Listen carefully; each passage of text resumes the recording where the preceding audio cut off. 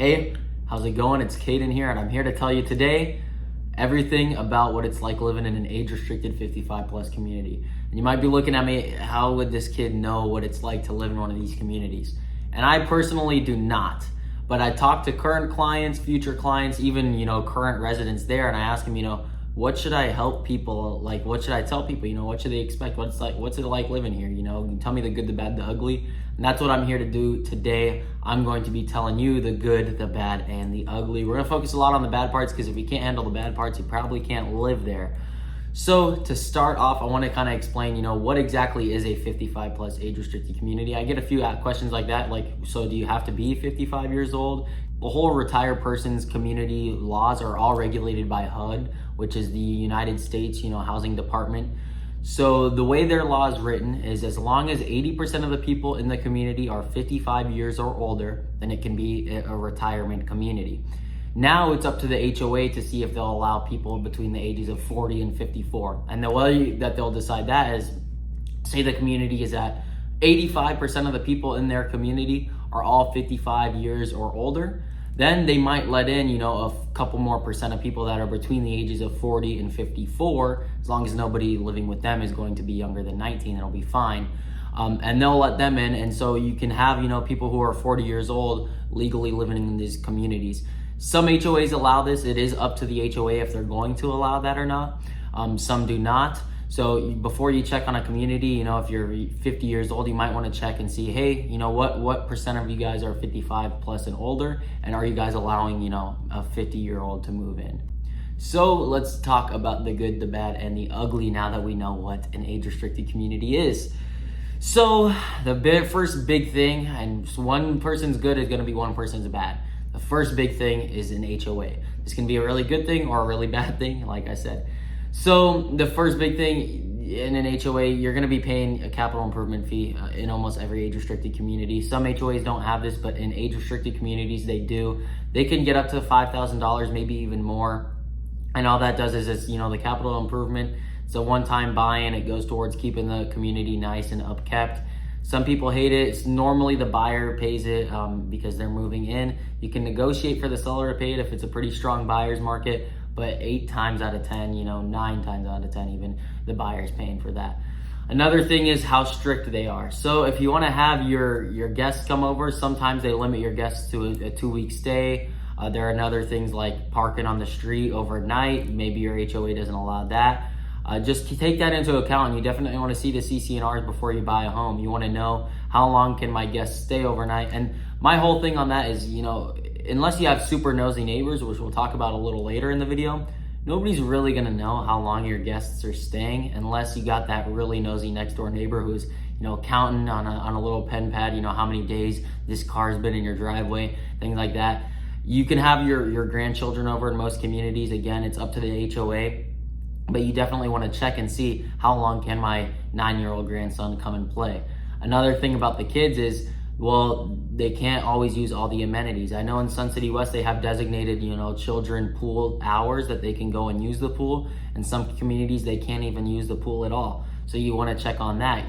Can my grandchildren come and use all the amenities? Or if when they come and stay with me, we're going to have to be going to other parts of the city because they can't come and play with, all the rec amenities. Other things to talk about are pets. So if you have a big dog, just know that maybe the HOA won't allow that. Some HOAs in these age-restricted communities are super strict, and they have like yearly weigh-ins where you have to go and bring your dog to the HOA office, and they'll weigh your dog and make sure that it's within the reasonable weight class, or they'll fine you a lot. So if you have a big dog or you want to have big dogs, I know some of them aren't as strict and you can have big dogs, some of them not so much. You definitely want to check on that, make sure that you can have all your pets. The big pros to having an HOA is how well maintained all the communities are. So if you want to drive through your community and be, in these shady green trees that are well pedicured with this nice lawn and all of that, your HOA fees are going to be higher monthly. And the cons are obviously having to pay the fees. You get the cool amenities that come with it, all these rec centers, and then they also have the rec fees that you pay yearly. It depends on which community you actually go to, what the prices are going to be on those. Some communities, it's once a year, and it'll be for 2 title owners. Sometimes it's per person. It really depends on which community you go to.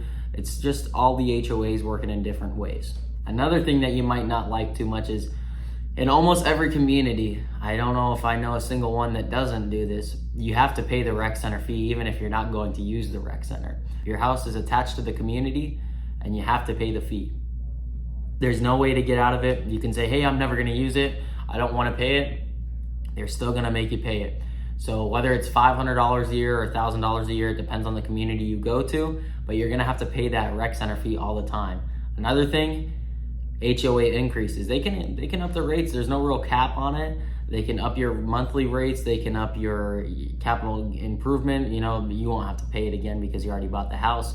But they can up all the rates. There's never been an HOA fee that goes down. They never decrease it. They're always, wanting more money. So, for instance, the Sun City rec fee for the year, it just went up to $525, only an increase of like $30, but still, that's $30 more that these people are paying to use the rec center. And if the people aren't using the rec center, that's still $30 more that they're having to pay a year. So that's really all about the HOAs. They're gonna be stricter, and that's because, you have a stricter audience to please, To talk now about the people, those are the two big things that I see. There's gonna be, a bunch of different subcategories, but the two big things that you either can or can't stand about an age-restricted community is the HOA and the people. People, so obviously I do not personally live in a community like this, but I talk to people who live there all the time, and a lot of my close family members and people that I love live there, and I'll visit them and they tell me all about it. Trust me, they tell me all the stories there are to know. So you're living in a community where most people are retired. With that comes people having a lot more time on their hands. Like I was talking about earlier, you might have a really nosy neighbor who knows how long your garage door has been open, how long that car has been parked on the street, and they're taking tallies, and they're gonna notify the HOA as soon as a little infraction slips up here. There are other things like when you buy the house, maybe the paint color wasn't acceptable by the HOA, and this neighbor next door has been hoping for somebody to buy it just so they can complain about it. There are gonna be people like that, in these communities that just have nothing better to do than to complain and just try and bring everybody's spirit down. It's not like the pamphlets. These people, on the pamphlets of all these communities, you're gonna see people smiling, all these, the sales reps in the front office trying to get you to buy a new home. Everybody in the community is super happy and all that. Not in actuality, obviously, I know that you know that. Not everybody's gonna be happy and wanna be your friend. Some people are just grumpy and they wanna sit and they wanna make everybody's life miserable. That's just something to think of when you're moving into this community. I think a lot of that has to do with the size of the community. So if you're moving into a smaller gated community, having a neighbor around the corner that sucks is gonna be a lot worse than if you're moving into a huge community with, 23,000 homes. If you have a neighbor down the street that sucks, you just don't have to talk to them. You have thousands of other neighbors that you can make friends with, and it's not a big issue. Another thing, in some of these communities, they can kind of get cliquish, and it's kind of like going back to high school in a way, where there's like, this group of people and that group of people.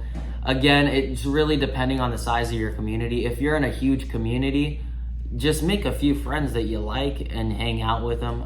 These are supposed to be some of the best years of your life. You don't have to worry about going to a job in the morning. You're supposed to, just golf all day, you swim in the pool and hang out and meet some cool people. I think that if you're in one of those huge communities, you can meet somebody, like-minded like yourself pretty easily just by going to a club. And, there are gonna be cliques, and there's gonna be people who are really weird and group themselves off into these different groups of social hierarchies and stuff. Just find somebody like yourself who isn't weird like that and just be like, hey, let's go grab a beer, let's go play a round of golf, and let's hang out. I think that that's pretty reasonable. There's also gonna be some weird people, especially with, COVID just finishing up. People are just coming out of the houses again. So people have been isolated for a couple of years. Gonna be some weird people, don't really know how to interact. But again, that's just all part of, finding your group and the people that you want to be friends with and hanging out with them. Now, the part that everybody loves to talk about, some people hate to talk about, is the politics. Since you're all in this community, if you were in a gated, smaller community and people are putting out, some HOAs might not even allow it, but if you're hanging like, political flags, things like that, and neighbors that have differing political views can get a little shisty, if you will, threatening of violence, things. But I think that politics is something you deal with everywhere you are. If you're in a normal, laid-back community, you're gonna have a neighbor that disagrees with your political views wherever you're at. Being in an age-restricted community, it might put it a little more in your face, but again, it's just something that you deal with in the world. Something that might not be everywhere in the world, though, is, the partying culture. So some HOAs, or communities rather, are known, since nobody has a work and a job to go to tomorrow, everybody's partying every day, 5 o'clock somewhere type of thing. That happens in some of these communities where people do, day drink almost every single day. And, you throwing in alcohol with all this other, if tensions are high and people are drinking, things can happen.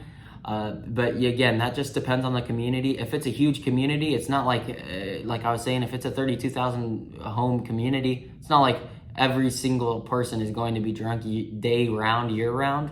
It's just depending on different groups of people, how often people are drinking. There's some, like the smaller communities, they might only have the culture of drinking all day, every day.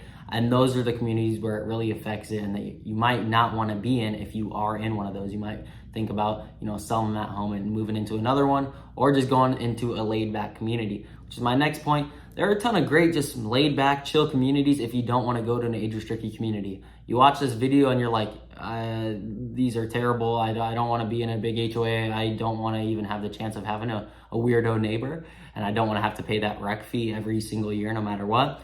There are a ton of just gated, or sometimes not even gated, just country club living communities that are great. You get a nice little house in them. Normally, it's not as an expensive capital gains fee that you pay to get in. And it's basically like the same lifestyle, but you don't have to deal with all the age-restricted nonsense if you think it's nonsense. That's kind of up to you on what would work better for you. If you don't mind having some kids around, just as long as it's a quieter neighborhood, maybe just choosing a laid-back community that isn't age-restricted would work much better for you. So I hope this video helped you out. I just kind of wanted to give you a feel of what exactly an age-restricted community is and some of the big cons of living in one. There are also some upsides to every con. Like I said, someone's good is another man's bad. That's just how the world works. You're gonna have to deal with a lot of this stuff just about everywhere you go, except for, the HOA stuff. So if it works for you, it works, and if it doesn't, it doesn't. My name is Caden Leali. I'm a realtor out here. I have a 55 plus chart and graph and a living in Arizona guide. If you have any questions, feel free to let me know. My name and number are on the screen, and you have a good one.